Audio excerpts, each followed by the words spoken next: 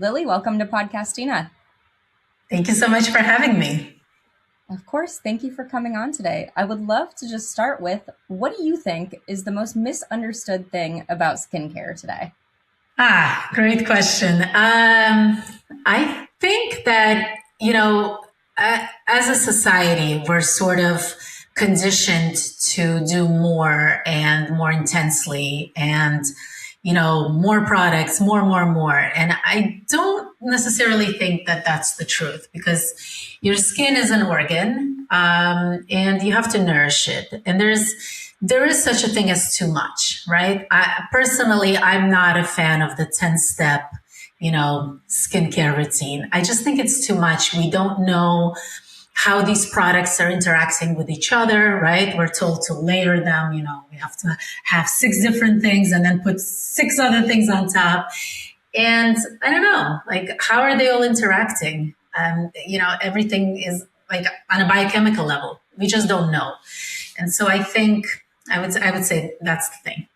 That really hits home for me because I've kind of fallen into that trap myself, especially I think it was like the height of the pandemic when everybody got super into TikTok, or at least I did. And one of the first things that started being a regular fixture of my feed was skincare. And it was the first time I was getting introduced to all these different ingredients I had never known what retinol was, what hyaluronic acid was. And I'm learning for the first time. And here I am thinking, okay, well, I need 10 different bottles. And now I need to figure out who to watch, who's accurately telling me which order to put it in. Next thing I know, I'm hundreds of dollars in the hole, and then 20 minutes at the beginning of my day and at the end of my day trying to figure out how to get all this going. And it's just really chaotic. And I'm so glad that we can have this conversation today to really get down to like the nitty gritty of what matters and what doesn't. But I think even before that, let's zoom out. And I would love to just hear from you. What are like even the mechanics that are causing our skin to go downhill as we age? Sorry, just to go back for a second. So what you said was really interesting because, like, vitamin C topical, for example, it's sort of broadly understood to be a good thing to use, right? But what people don't talk about is that it needs a certain pH to work, right? So when you put on the topical vitamin C, you have to give it 10, 15, 20 minutes to work before you put anything else on top, for example, right? And how many people actually know to do that?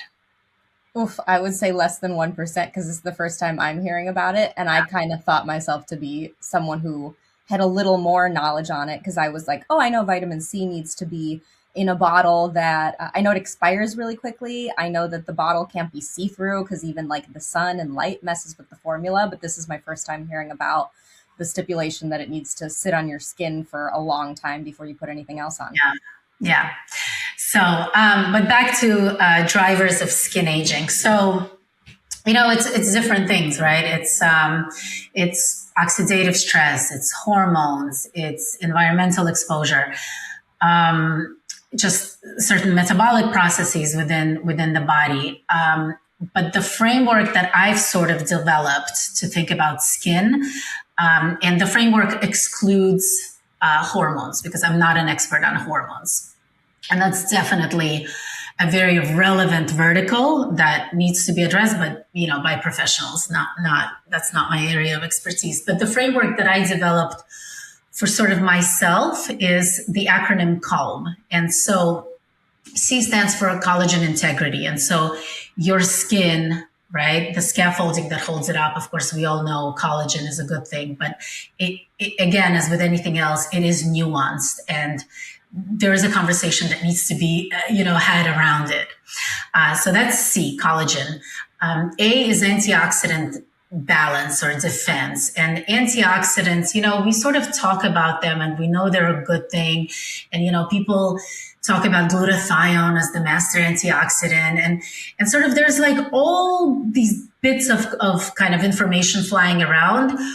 But antioxidants is actually a really important topic. It's very nuanced, it's very complex, and it's worth understanding. And it definitely has an impact on skin and aging, or, slowing down of aging. So CALM, CA, the next letter is L. So that's the lipid barrier. So, we talk a lot about hydration and, moisturizers and even hyaluronic acid for hydration. But what does it actually mean to have hydrated skin? And what it means is your skin is hydrated when your skin has the ability to hang on to the moisture, when it's not all evaporating, right? And what it comes down to is fixing the lipid barrier. And a lot of the things that we're told in popular culture, like, double cleanse 4 times a day, right? That actually is very detrimental to your lipid barrier and to your, skin barrier. So that's something to definitely talk about and consider. And then in my framework, the M in the word calm stands for mitochondrial function. And that is the idea. And maybe it's not super intuitive to think about cellular energy as a driver of skin aging, but the reality is that every single thing that happens, right? Even collagen, when you take collagen and you're supposedly building collagen in your skin, well, that cells need energy to do that. And so you have to sort of think about the whole picture of how you approach skin health, not just, oh, well, let me apply, several layers that sit on top of my skin, and that's my skincare routine. Does that make sense?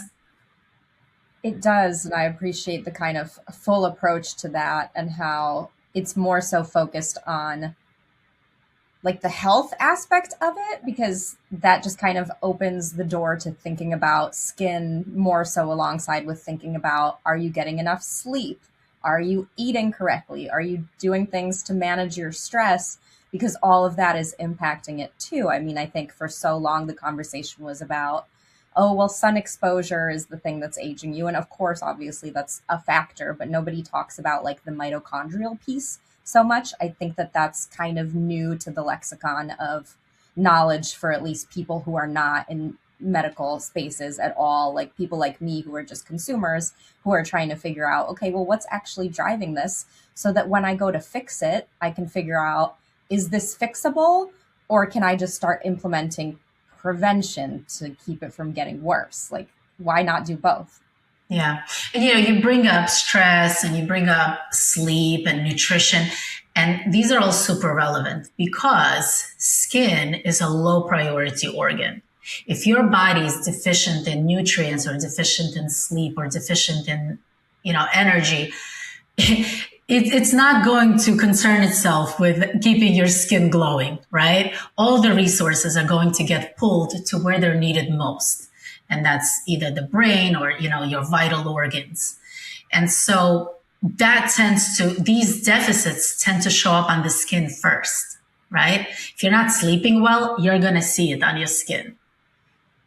I've never heard it put that way, that it's a low priority organ. And it is an organ, right? It's your biggest organ and not just the 3% of your face, right? It's everything that covers your body. It's the biggest organ.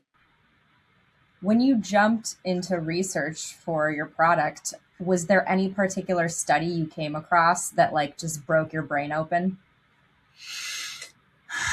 No, it wasn't that dramatic, but I did go through several hundred studies to try to understand what actually has scientific backing and what's actually worth spending time, effort, and money on and putting into my body, right? Because there's just a lot of hype and misinformation out there. So, one example I like to give is biotin. It's known as a beauty supplement. But when you look at the science, there is zero evidence that it actually does anything unless you're deficient in biotin, then maybe it helps a little. But people are popping biotin, it's included in all these formulations, and there's literally zero scientific backing for it. And so that sort of was my journey to understand what has human data behind it, right? And at what dose, more importantly. A lot of the products that we see formulated out there, they put the ingredients on the label, right, with a lot of pride. But once you start looking at the amounts, a different picture emerges, right? And dosing is almost as much as important as the actual ingredients. And, I've said this many times before, so maybe you've heard it, but the analogy I like to give, the example is, you run a marathon. I meet you at mile 26. You're parched, right? You're dehydrated. And I offer you one sip of water. Well, it's water. I'm putting it on the label, water. But is that one sip going to do anything? Of course not. You need a glass, you need a bottle, you need the right amount, right? So that's, and, I'm a pharmacist, so I look at things through that lens. What is the ingredient? Is there evidence behind it? What is the dose at which it has been studied? If I combine it with other things, how does that affect the dosing, the pharmacokinetics, right? So that's sort of the framework through which I view things. Would you say that, and we'll get into a deeper conversation about collagen, but is taking not enough of one of these supplements just completely useless? Is it just like a waste of time to be putting collagen in my smoothie in the morning if I'm not putting enough in? It depends. For collagen, you actually don't need all that much. So those big tubs that they sell, where they tell you to put 20 grams, these huge scoopers, you actually don't need that much if it's the right kind of collagen. And we can get into that because I think that's an interesting conversation. But it depends. With other things, it just depends, right? There is also such a thing as too much of a supplement. But it depends whether they're water soluble or fat soluble, right? Whether they accumulate in your cells or you just kind of pee it out. It depends on the actual compound. There's just too many factors for me to answer this question kind of generically. Mm-hmm. Before we leave biotin behind, because I do feel like that was kind of the hero product of maybe 10 years ago, 20 years ago. Every time I had a friend that was trying to grow their nails and their hair out, they were taking biotin. And that does make intuitive sense that unless you're deficient in it, it's not going to actually help you get anywhere. Do you suspect that there's a similar hero product right now that's in the spotlight that might turn out to be kind of useless in the future? Yes, I don't suspect. I know. So, for example, people supplement with glutathione, right? Because it's the master antioxidant. And it's expensive, right? And people are taking the liposomal form because it's, you absorb more of it.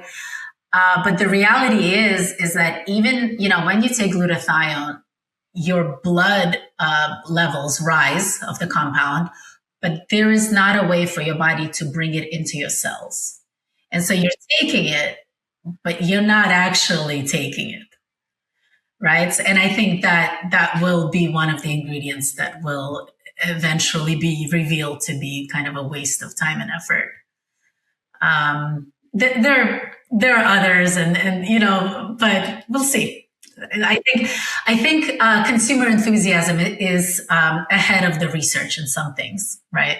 And we see that with peptides, right? We see that in a lot of areas, but that's just the cycle of how things go. Peptide might be another kind of one of these words that's getting a ton of attention right now.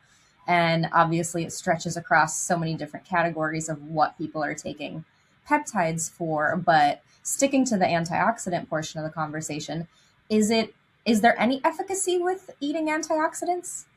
Oh, there's tons. There's a lot of amazing data.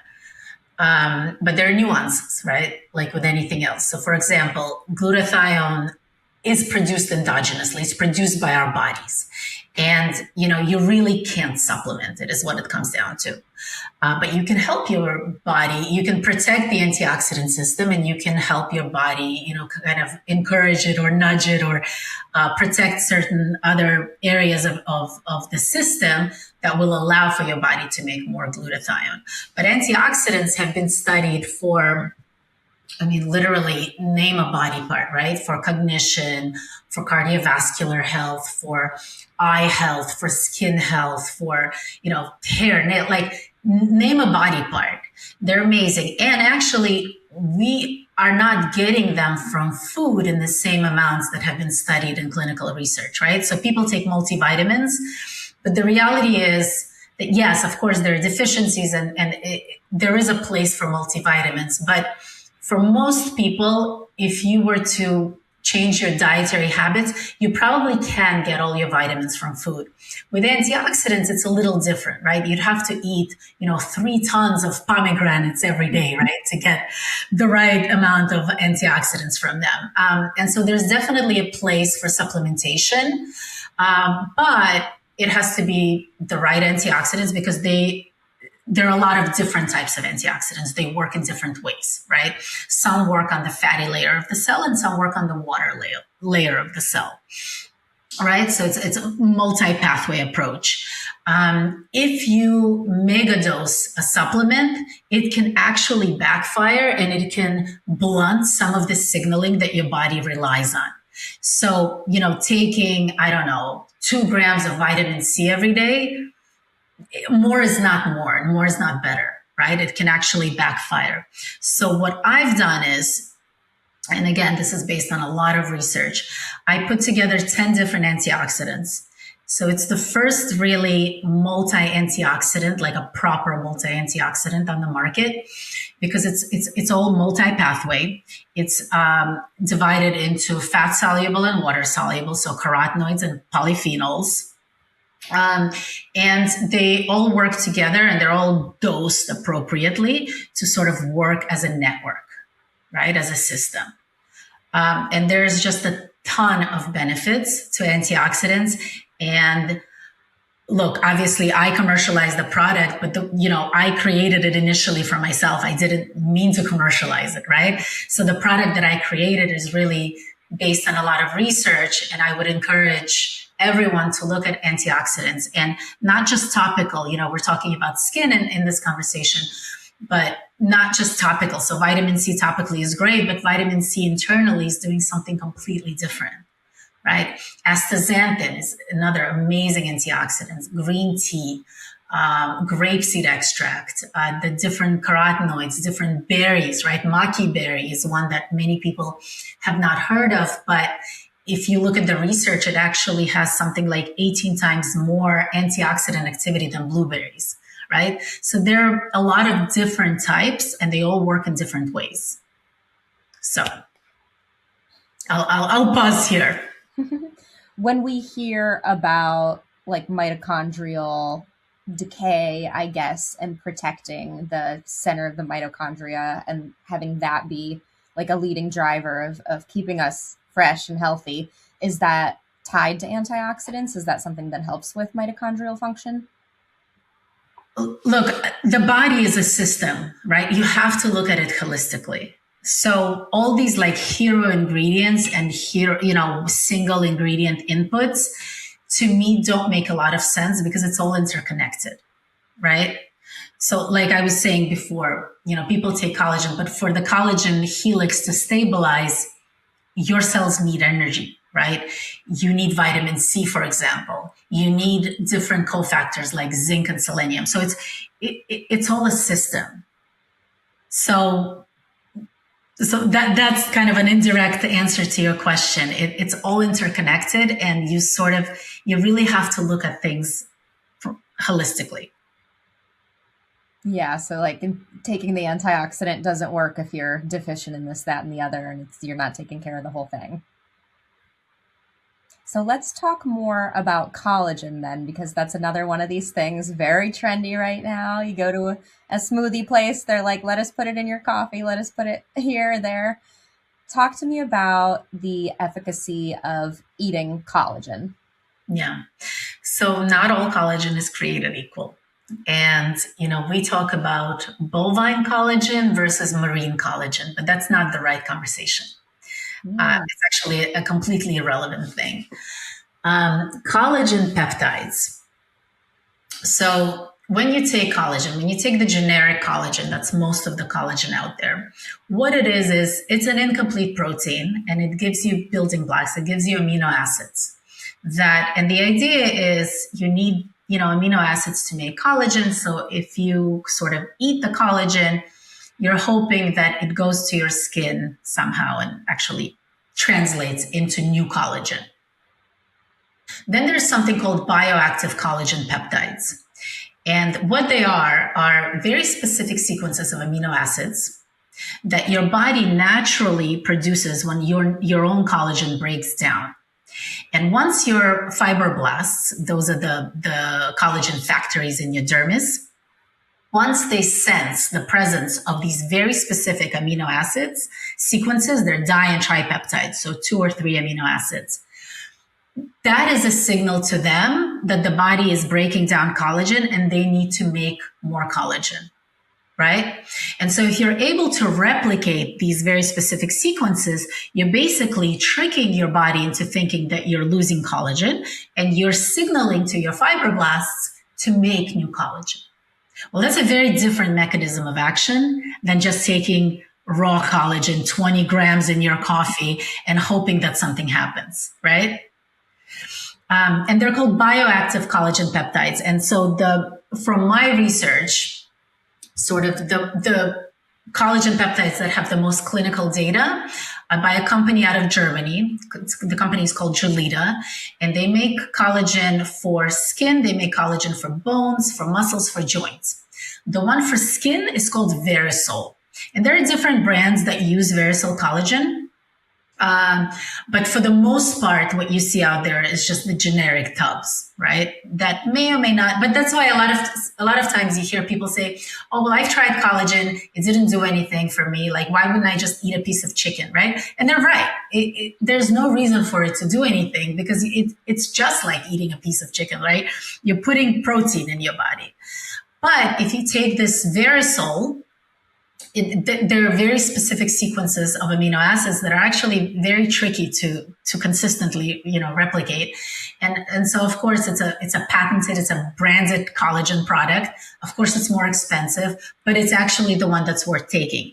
And they have, at least 7 human clinical studies for skin with really impressive, actually, data.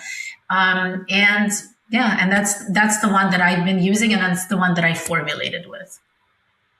But also, for collagen to work, as I mentioned before, you do need certain cofactors. So when you take collagen, even if it's Verisol collagen, the right collagen, right, for skin, you want to make sure you take it with vitamin C, with zinc and selenium at the very least. They have to be at the right dose, and like zinc has to be the right form of zinc so that it's actually bioavailable. So it's very nuanced. Of course. So if someone's diet is already pretty rich in protein because you are getting, complex and simple proteins just in your meals, is it useless to buy the collagen tub that you see at like Costco, for example? I think a lot of people don't see results with it for that reason, because there's, yes, you're sort of flooding your body with amino acids, and you're hoping that some of them get digested into these specific sequences. But the reality is it's much more effective to just start with the right kind of collagen and to take it with cofactors. And you're going to see results. You're going to see results on your skin. You're going to see results on your nails. You're going to see results on your hair. And it can be very effective. But it has to be, the right thing at the right dose with the right cofactors. I don't know if this is something you would know necessarily. Maybe you do, though. Are deficiencies of these types of things something that we can test for in blood panels? Deficiency for what? For collagen? Yeah, or for any of the cofactors. Like, would there be a way to test to find out if your like mitochondrial function is down, or if you're like zinc deficient? Or there are tests for that, and they are. Like, new companies are popping up. I haven't done enough. I'm actually talked to a few of these companies, but I haven't dug into the research enough to understand whether the technology actually works, how sophisticated it is. So I don't want to, put out any names, but there is a way to test mitochondrial function. Yes. So, switching gears a little bit, because I know hydration is such an important part of this conversation to both keep us healthy and also like aesthetic wise, hydration is so important. So, what are actually the things that work for it, and what are some of the misconceptions around hydration? So when you say hydration, do you mean just overall hydration or the hydration of your skin, Of the skin. of the skin? Um, so I sort of hinted at this before, but let's sort of talk about the mechanism of what hydration actually is, right? Um, you can drink all the water you want, but if your water is evaporating from your skin faster than you can replenish it, you're going to have dry skin, right? And so hydration fundamentally comes down to there's the outer layer of your skin called the stratum corneum is made basically of dead cells that are like bricks held together by mortar that is basically fatty acids. It's about 50% ceramides. It's, various lipids, it's cholesterol, and it's that creates that mortar that holds the cells. And if that sort of wall, let's call it a wall of bricks, is intact, your body is able to hold on to the moisture and it doesn't evaporate, right? It's called transepidermal water loss. So it minimizes that water loss from your skin. Now, how do we keep that lipid barrier intact, right? So let's talk about the things that maybe are disruptive to the lipid barrier.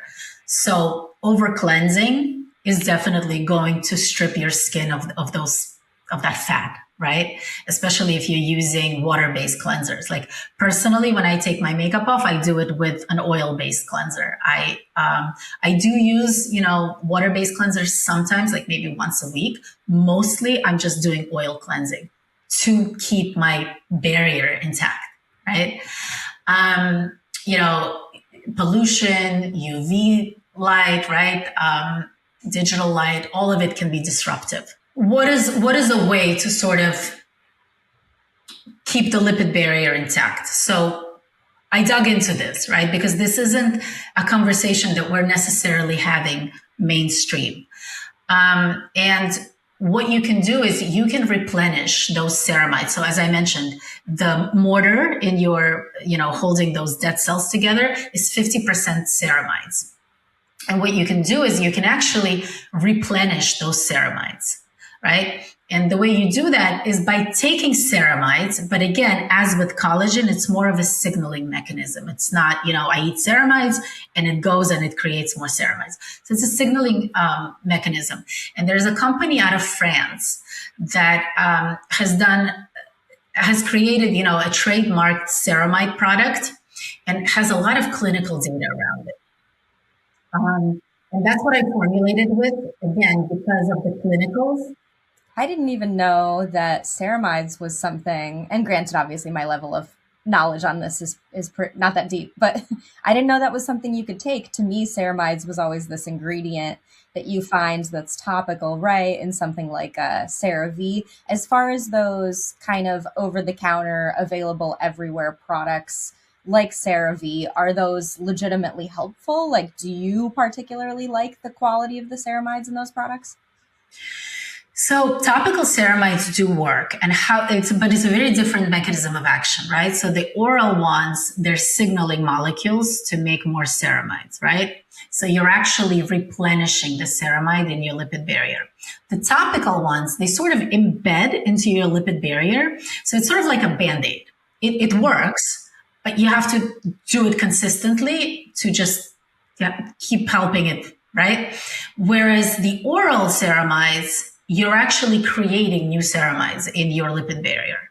So there's a place for both, but it's like it's two completely different things because the mechanism is completely different. What about hyaluronic acid? Is it, what do you think of it? So hyaluronic acid is a humectant, which means it pulls in water from the deeper layer of your cells and from the atmosphere, right? And of course, if you pull in water, you get that plumpness, so you get like a healthier looking skin. It's temporary. And it's great. I think it's great. Topically, you can use it. I use it. Like I have a bottle. I use it rarely, but I have one. Orally, the molecule is too big to be really absorbed. You need a lot of it. You need at least 120 milligrams, but it needs to be the right molecular weight. It needs to be a very low molecular weight. And most generic hyaluronic products out there it's a higher molecular weight than you can really absorb. There is a company out of Germany that makes a patented, a trademarked hyaluronic acid that is very low molecular weight. But, again, it's a humectant. It pulls water in. Wouldn't you rather mechanistically repair the lipid barrier, right? Instead of just like putting a Band-Aid on. So to me, oral hyaluronic acid, I'm not a fan of at all, even if it's, that really high quality, low molecular weight one. Topical, there is a place for it, but fundamentally, I'm more interested in addressing the root cause than, putting Band-Aids on. Yeah, that makes sense, because then you're kind of just plugging holes in a boat as you go. Yeah. The analogy I like to give is let's picture that brick wall. Hyaluronic acid is like throwing water on it. Yes, the wall is going to be wet, but it's going to dry out, right?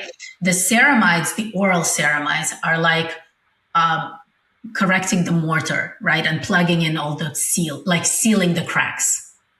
And so it's a very different mechanism. Do you like that Korean skincare has gotten really popular? Do you think that they're onto something that we don't know about here?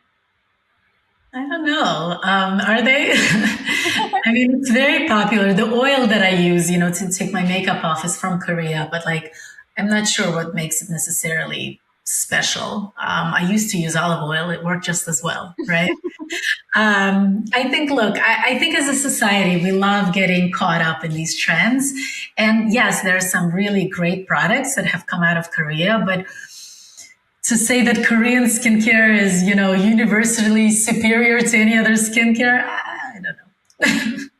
I suspected it. It definitely has this really fun, trendy element to it where it's like, this is the thing that the internet has decided is going to be the best of the best now. And it's like, well, ingredients are ingredients, right? There's no proprietary ingredients that they're using necessarily that aren't available to us here. Exactly. As a pharmacist, I'm all about data. I'm all about evidence, right? So whether it comes out of Korea or somewhere else, I show me the evidence.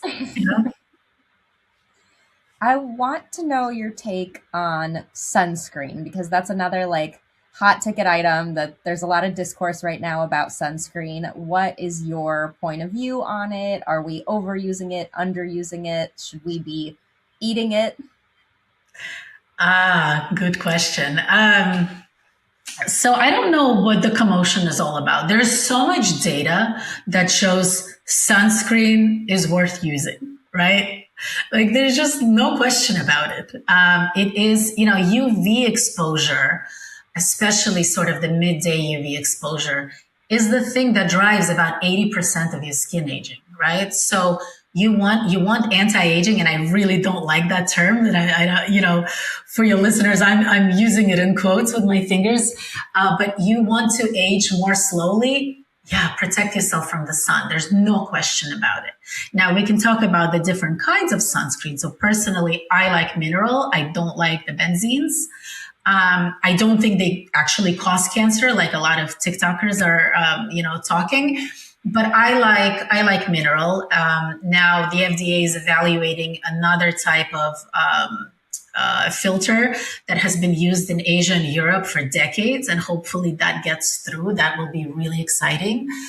But there's no question that you should be using sunscreen. Right now, your body does need sunlight, and to me, early morning or kind of later afternoon, early evening, that's the sun you want to soak in. And for me personally, I try to go, I live in a community with a lot of hills, and I try to do at least 20 minutes of hills every morning. And then during that morning kind of sun exposure, I make sure to show as much skin as possible for me to take in all the benefits of the sun. But when the rays are not, directly above me. And then internal sunscreen, oral, ingestible sunscreen is something that is really interesting. And there's actually a lot of data for it. So there is a botanical. It's called Polypodium leucotomos, and it literally has decades of studies on it, showing that it increases the amount of time you can be under the sun before you get that redness, before you start getting that DNA damage. It works. You have to take it at the right dose, of course. There are a lot of products that include it, but they underdose it. So it's been studied at 240 to 480 milligrams a day. In my product, I include 480 because very briefly kind of tangent, but my background, I grew up in New York and I moved to San Diego during COVID. And I'm still here. So it's been about 6 years. And people ask me, what's the biggest culture shock? Going from living in the middle of Flatiron to living in a gated community on a golf course. And the culture shock is the amount of sun exposure that we get here.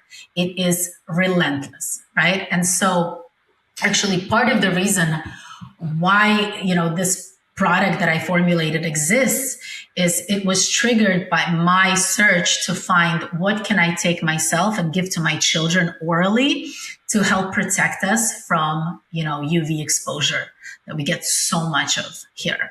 And so Polypodium leucotomos is one compound that, if taken at the right dose, really is very beneficial.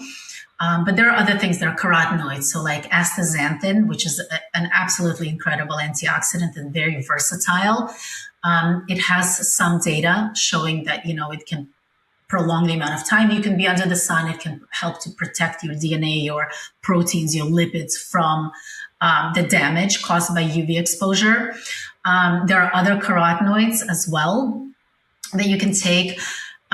There is one product that I discovered only, purely through kind of my research process. I never heard of it. I am starting to see other brands use it, but it's called Bionap is the company, and it's red orange complex. And it's a trademarked ingredient out of Italy, out of Sicily, and it's made with different citrus fruit. And it has really compelling data for sort of internal UV protection, for even skin tone, for elasticity. It's a really interesting product. And so I include that in my formulation as well for all of those benefits.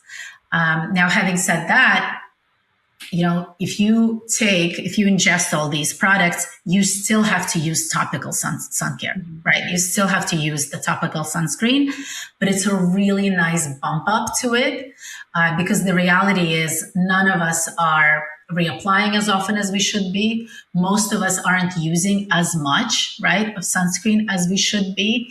And then we forget, we get into a car, let's say it's a Tesla with that beautiful glass roof, right? That does not protect you from UV light, right? Because UV rays penetrate through glass, they penetrate through clouds. So it's a cloudy day, I'm in my Tesla, I'm driving 20 minutes to Whole Foods to get groceries. It's cloudy, maybe it's winter and it's cold. I don't think to put on sunblock, but that's 20 minutes of peak UV exposure that you're getting.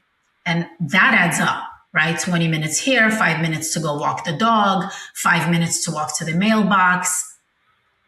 It's called incidental sun exposure. It all adds up. And at the end of the day, you're not even noticing, but you're getting so much of that UV exposure, right? And so if you take the oral sunblock, and that's not what it is, but if you take these compounds, you're really giving yourself a little safety net, right? For when you're not wearing sunblock, or when you haven't reapplied, or when you didn't just think to put on sunblock because it's a cloudy day. Is blue light also like an environmentally damaging thing? Because I knew it was damaging for like your eyes and for making your brain tired, but I'm just now starting to scratch the surface with hearing that it's damaging for skin too. Yes. And again, it depends on the dose, right? For me personally, I'm in startup mode. I'm in front of my computer like 12 to 18 hours a day, right? And so, of course, I'm getting a lot of exposure. And cumulatively, yes, it can damage your skin. And so that's where these carotenoids come in.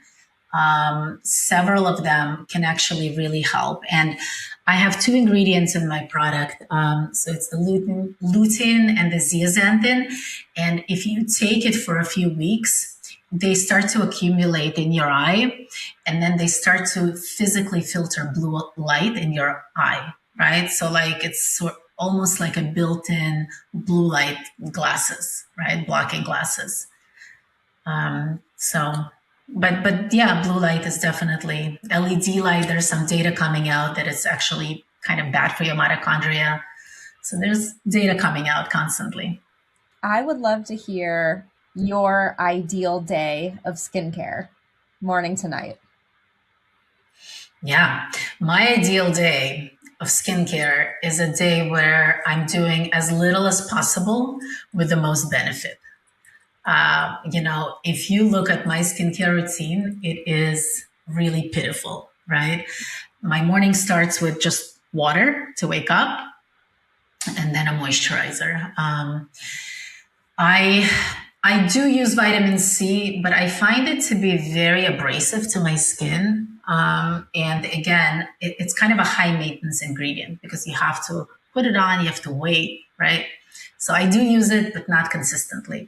Most days it's just water and either a nice oil or a nice moisturizer, and off I go. I do take, Advanced Skin Nutrition, the product that I formulated. I formulated it for myself for that reason, right? I wanted simplicity. I wanted efficiency. And so I've got 18 active ingredients in there that are all working as a network, right? I'm getting the collagen. I'm getting 10 different antioxidants. I'm getting the ceramides. I'm getting the NAD plus precursor. I'm getting certain trace minerals and vitamins. Easy. It's one scoop. I drink it. That's actually the core of my skincare routine is that drink.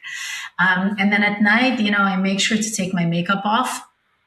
Again, I use an oil cleanser for that. I've been trying to be more consistent with retinoids.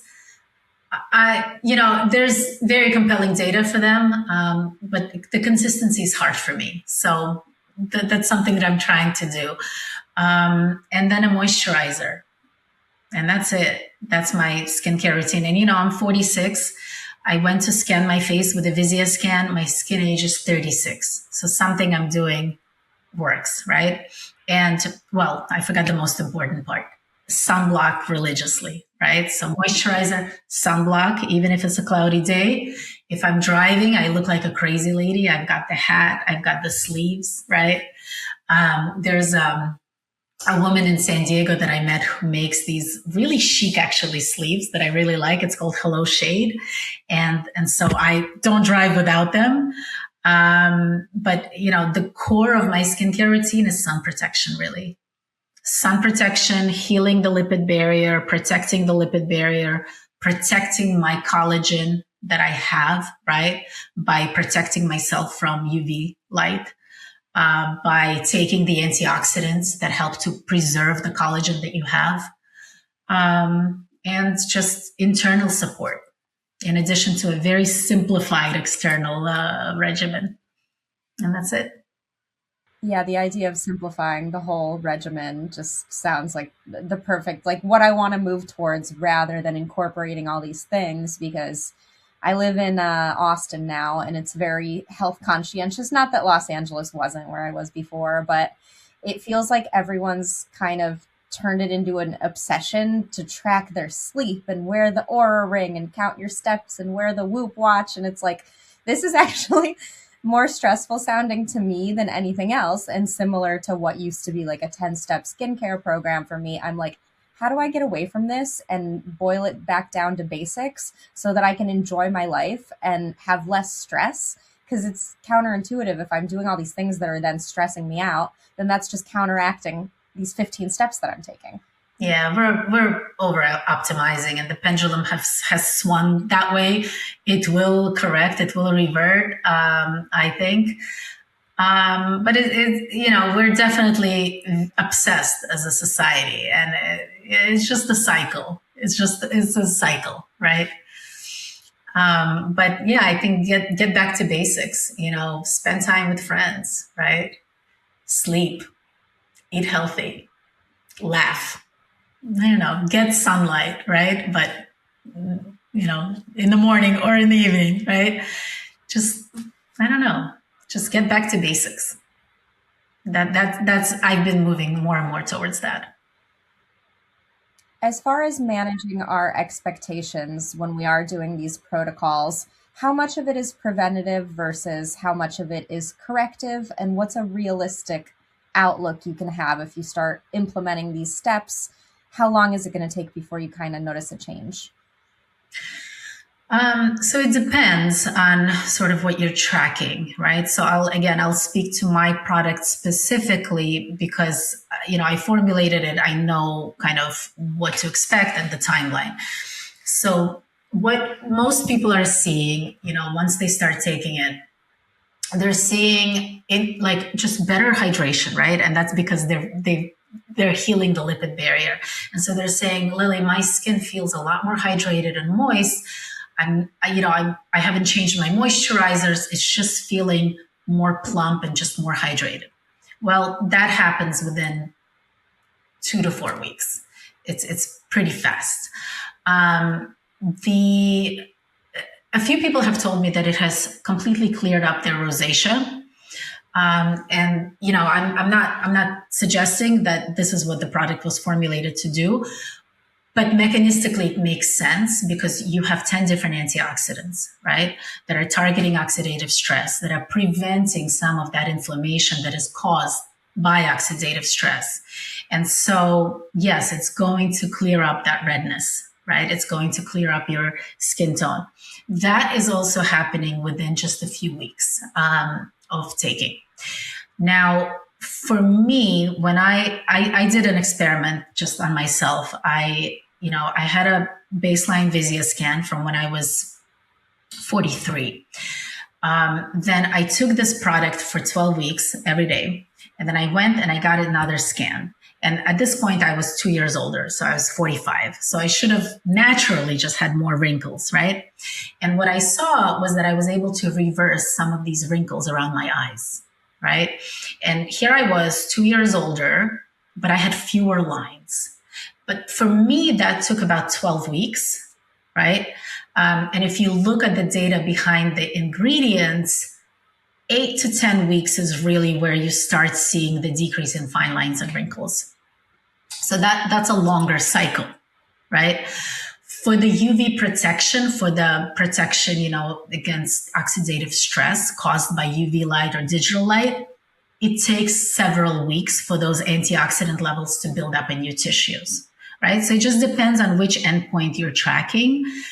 But as with anything else, consistency, right, over intensity, right? If you decide to take something systemically to support your skin health, you really want to give it a chance. You want to give it. I guide people to at least 90 days, but 90 days is really where you get that inflection point where you start seeing the results kind of more visibly. But you want to stick with it, right? Because it takes time. And I know that as consumers, we're really conditioned to expect sort of immediate results, right? You go into an office, you get Botox, you see it, right? You see it right away. With things where you're really targeting biological processes and really targeting, processes on the cellular level, it just takes time and you have to be patient. It does work, but you have to be realistic about your expectations. And the expectations should be anywhere from a few weeks to a few months, right? Absolutely. Well, Yeah. this has been amazing. Lily Shapiro, if people want to learn more about what you're doing, about the product, where should they go? Yeah, so we are on social media, of course. We're most active on Instagram. The handle is atika.wellness, so ATIKA.wellness. And we put out a lot of just educational content, right? I am less into marketing and hype, and I'm really all about the science and all about education. And so we put out a lot of content there. I do have, the website. We are D2C. We offer the product mostly on our website right now. It's atikawellness.com. So again, ATIKA wellness.com. And there we do have a journal section where I write articles around different topics. So for example, we talked about hydration, we talked about glutathione. I have really interesting articles posted on there that I personally wrote. And I, put out about 2 to 3 articles a month. And there's a lot of really good information there as well. So I would encourage people to check it out. Amazing. Well, I've learned so much talking to you today. Thank you again for coming on the show. Of course. Thank you for having me. This was really fun. And thank you, everybody, for listening. Bye. But if you know somebody that would enjoy this episode, feel free to share it with them. And thank you for listening to Galina Ravina Podcastina, the show where I try to be the person my dog thinks I am. Don't forget to hit that subscribe button so you never miss an episode. See you on the next one.